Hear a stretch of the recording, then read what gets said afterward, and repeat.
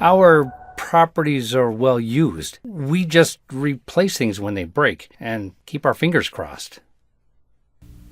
Hello, my name is Robert Nordland, and this is the reaction I get when I ask camp and retreat leaders about their long-term capital planning strategy. At a glance, waiting for building components like roofs and asphalt to fail may seem like a sound practice. Financial resources can be devoted to the organization's primary activities, while physical assets simply sit in the background and fulfill their intended purposes. When building failures occur, they often come as a big surprise, despite the fact that the remaining useful life and replacement costs of the major components are very predictable. Capital plans reveal the true cost of owning a facility. Fortunately, the art and science of creating plans of this nature has already been developed throughout the United States in the field of association-governed communities.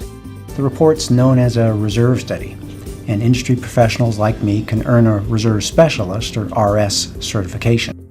It's certainly true that capital assets are easy to forget about, but reacting after a failure often makes a project more expensive, like leaky roofs causing mold and interior damage, or asphalt parking lots requiring complete replacement instead of inexpensive maintenance.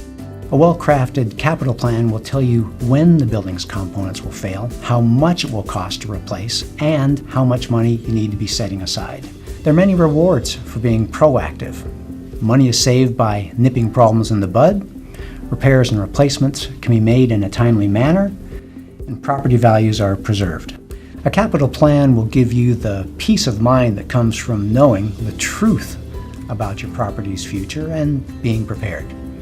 We'd love to partner with you in creating a capital plan for your organization. Please visit our website to request a free proposal.